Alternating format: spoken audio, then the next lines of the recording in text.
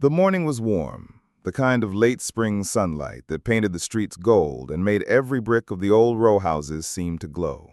Children were chalking hopscotch squares on the cracked sidewalks, neighbors leaned over fences talking about gardens and bills, and the smell of fried chicken drifted from one kitchen, colliding with the earthy scent of collard greens from another. It was the heartbeat of the neighborhood, slow, steady, lived in.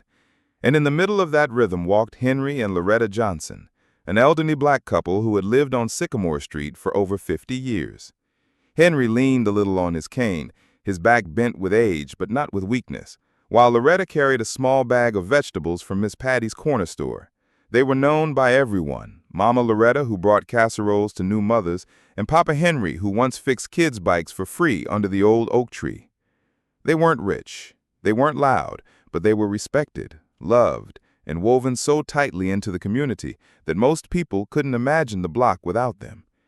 Yet sometimes, the world doesn't care about history or heart. Sometimes, all it sees is skin. The police cruiser rolled down the street with a presence that silenced even the children's laughter. It stopped abruptly near Henry and Loretta, the tires screeching against the curb.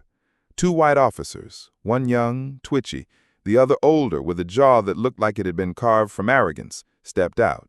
Their hands already hovered near their belts, as though two senior citizens in their 70s were a threat to law and order. "You two, stop right there," the older cop barked, his voice dripping with disdain. "Excuse me?" Henry said, his tone calm but firm, the way a man who has survived more storms than most could count. "We got a call about suspicious activity," the younger officer added, his eyes darting between them and the neighborhood kids who had frozen in place. "You match the description." Loretta blinked, her voice soft but incredulous. "Suspicious activity? We just came from the store. I got collard greens in this bag, sugar. That's about as suspicious as I get." The older cop smirked. "Don't play smart with me. Hands where I can see them." The street went quieter than church during prayer. Curtains shifted in windows, doors cracked open. Everyone knew what was about to happen, and dread rippled like an electric current through the block. Henry raised his hand slowly, his cane clattering against the sidewalk. Loretta followed, her trembling fingers gripping the bag tighter until an onion rolled out and bounced across the pavement. Without another word, the cops descended on them, rough hands jerking Henry's frail arms behind his back, cold cuffs biting into Loretta's wrists as though she were some hardened criminal instead of a grandmother with arthritis. "Stop resisting!" the younger one shouted, though Henry wasn't resisting at all. He was simply old, stiff, and moving slower than they wanted. The children started crying. Mrs. Alvarez from 2 doors down screamed, "They ain't done nothing!" But the cops ignored it, shoving Henry against the hood of their car so hard that his glasses slid off his face and cracked on the ground. Loretta gasped, the sharp metal biting her thin skin. "Please," she begged, "don't hurt him. He's got a bad back." "Should have thought about that before," the older officer sneered. Seconds later, a voice thundered from across the street. "What the hell do you think you're doing?" It was Marcus Brown, a school teacher and son of Henry and Loretta's late best friend. He was tall, broad-shouldered, and his voice carried like a church bell. He stormed across the street, his face etched with fury. "Back up, sir, or you'll be arrested too," the younger cop warned, resting his hand on his taser. But Marcus didn't back up, and neither did the neighborhood. Doors slammed open. Within minutes, Sycamore Street transformed into something else, something powerful. People streamed out, mothers in aprons, teenagers in hoodies, old men with newspapers still tucked under their arms. The neighborhood rose like a wave, circling, closing in. Their voices overlapped, loud, furious, defiant. "You can't do this! They're elders, you hear me? Elders! Uncuff them right now!" Even the kids stopped crying, their wide eyes now filled with anger they didn't yet have words for. They knew what they were seeing wasn't right.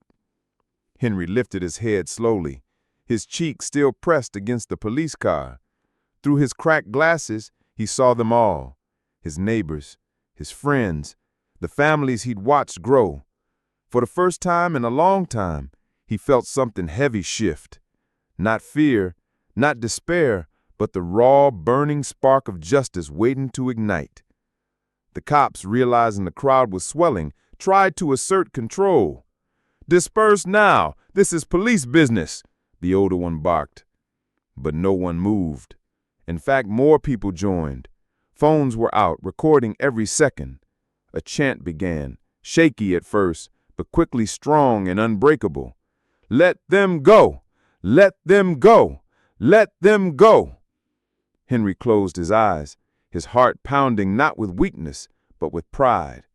Loretta whispered under her breath, "The Lord's watching Henry, and so's everyone else." The chant grew louder. Someone shouted they were calling the city councilman. Another yelled that the local news had already been tagged online. The cops shifted uneasily, sweat forming on their brows, but their grip stayed cruel. Then came the moment no one would forget. Marcus stepped closer, his voice booming. "You lay another hand on them, and you answer to every single one of us. We're done being quiet, done being afraid. These are our elders. You touch them, you touch all of us." The street roared in agreement. It wasn't just noise, it was thunder. It was rebellion. It was every buried grievance of a community tired of humiliation erupting all at once. Henry lifted his head, and for the first time in years, his voice thundered too. "You boys picked the wrong couple, the wrong street, and the wrong neighborhood. You think these cuffs hold me? They hold all of us, and we ain't staying bound anymore." The crowd exploded, voices echoing against brick and asphalt like a battle cry. The officers, suddenly outnumbered and outshouted, realized this was no longer just a routine stop. This was the spark of something bigger, something they couldn't shove into the back of a cruiser. And in that electric second, Sycamore Street became something else entirely. A battlefield, a church, a courtroom, a stage where justice, long denied, was about to be demanded by the people themselves. The air was thick, humming with tension, as though the street itself held its breath. The officers, suddenly caught in the storm of hundreds of eyes and dozens of recording phones, tried to regain their authority. The older cop raised his voice, straining to sound commanding. "This is an unlawful assembly. Disperse immediately, or what?" shouted Mrs. Alvarez, her voice sharp as broken glass. "You gonna arrest all of us too? Go ahead, you'll need 100 cars." Laughter, bitter but powerful, rippled through the crowd. The younger cop looked panicked now, his eyes darting from phone to phone, knowing each camera captured not just his face, but his actions, forever.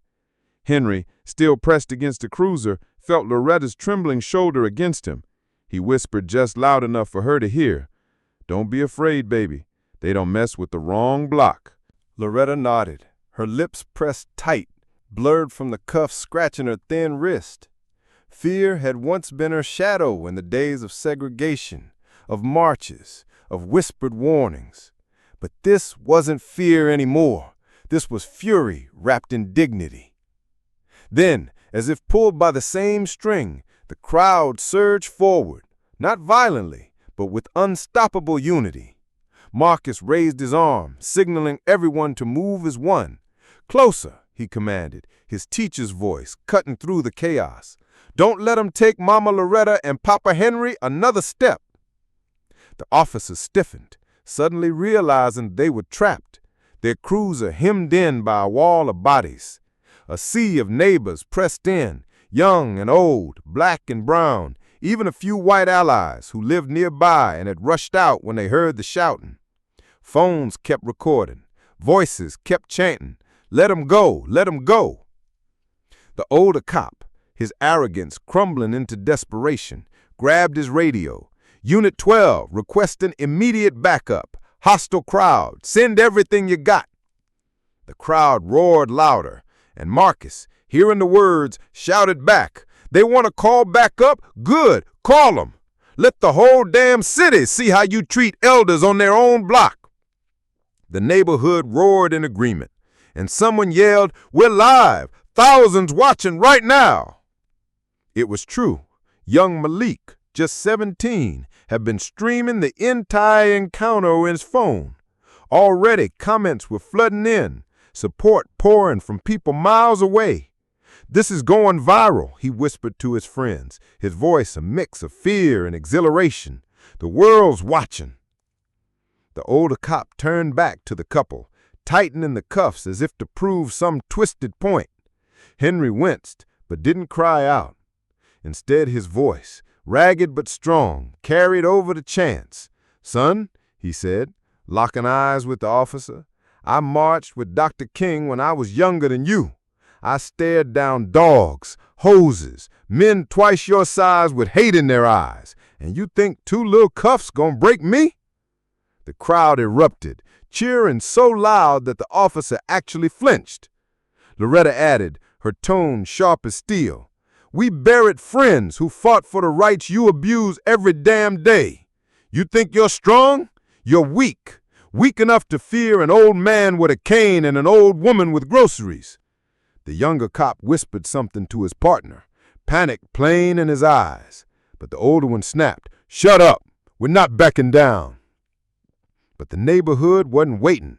Marcus stepped forward until he was chest to chest with the older officer. He didn't touch him, but his presence was enough. Behind him, men and women pressed tighter, their voices now a single thunderous chant. "Uncuff them! Uncuff them! Uncuff them!" The officers faltered. Their authority, once unquestioned, now looked like a crumbling mask. They glanced at the crowd, at the phones, at the sheer wall of humanity rising against them. Still they refused. Pride chained them more tightly than those cuffs bound Henry and Loretta. And then the sound came, the wail of sirens, dozens of them, echoing through the city streets. Backup was coming fast. The crowd didn't scatter. They stood taller. Marcus raised both fists high. "Hold the line," he shouted, his voice trembling with passion. "Don't let fear move you an inch." The sirens grew louder, closer, until suddenly the street filled with flashing lights. Cruisers lined both ends of Sycamore, officers spilling out in waves, riot gear glinting beneath the street lights. Gasps rippled through the crowd. Mothers pulled children closer, but no one ran. Henry raised his head, his old voice somehow cutting through the chaos. "Listen to me," he said, looking at his neighbors, his friends and family in spirit if not in blood. "We fought too long, too hard to bow our heads now. Stand proud, stand together." The riot police formed a line, shields up, batons ready. A captain with a bullhorn shouted, "Disperse immediately, or force will be used." But the neighborhood answered not with retreat, but with song. Loretta's voice, cracked with age yet rich with soul, began humming an old hymn, "Ain't Gonna Let Nobody Turn Me Round." One by one, others joined in. The hymn swelled, weaving through the crowd like fire catching dry grass. Soon the entire street was singing, strong, defiant, unshakable. The police hesitated. Batons looked useless against the hymn that had once faced down segregation itself. And in that hesitation, power shifted. Local leaders arrived. The councilman, the pastor, even a lawyer from the community legal center summoned by frantic phone calls and live streams. News vans pulled up, reporters spilling out with cameras ready. The captain, seeing the media, turned pale. "Get those cuffs off them now," he barked to the older officer. But pride clung like poison. They were resisting, the older cop spat, refusing. "Do it," the captain snapped. And so, under the blinding glare of cameras and the watchful eyes of hundreds, the cuffs clicked open. Loretta rubbed her raw wrists. Henry straightened as best as he could, his body aching, but his spirit blazing. The crowd erupted, not just in cheers, but in righteous fury, their voices promising this wasn't over. Marcus stepped forward, his finger pointing at the officers. "You thought you could humiliate them and walk away? No, this neighborhood is awake now, and we're not sleeping again." The following weeks turned Sycamore Street into something no one had expected. The videos went viral, sparking outrage across the city. Protesters flooded downtown. Lawsuits were filed. The captain tried to bury the scandal, but the community fought harder. Marcus organized rallies. Loretta gave fiery speeches that reminded people of Selma. And Henry, cane in hand, became a symbol of resilience broadcast across the nation. The two arresting officers were suspended, then investigated. Their history of complaints surfaced: excessive force, racial bias, intimidation. What had been whispered in corners for years now stood in headlines, and for once, the city couldn't look away. But the true revenge wasn't in courtrooms or on TV. It was right there on Sycamore Street. Neighbors who once kept their heads down now walked taller. Kids who once feared cops learned they had a voice, a power when united. The block that once was just a quiet neighborhood became a fortress of community, bound tighter than ever. One evening, weeks later, Henry and Loretta sat on their porch. The street was alive with laughter, barbecue smoking, children playing, music drifting. The same cops who once cruised with menace now drove cautiously, watched by dozens of sharp eyes. Henry leaned back, his hand over Loretta's. "You feel it?" he asked softly. She smiled, watching the neighborhood rise, stronger than ever. "Yeah, baby, I feel it. They thought they could break us. Instead, they woke us up." Henry nodded, his gaze steady on the horizon where the sun dipped low. "And we ain't never going back to sleep." The story of that day spread far beyond Sycamore Street. It became a lesson, a warning, and a legacy. That when an elderly black couple was humiliated and handcuffed, the whole neighborhood rose. And when the neighborhood rose, nothing, no badge, no cuffs, no prideful arrogance, could hold them down again. Because justice, once awakened, doesn't go back to sleep.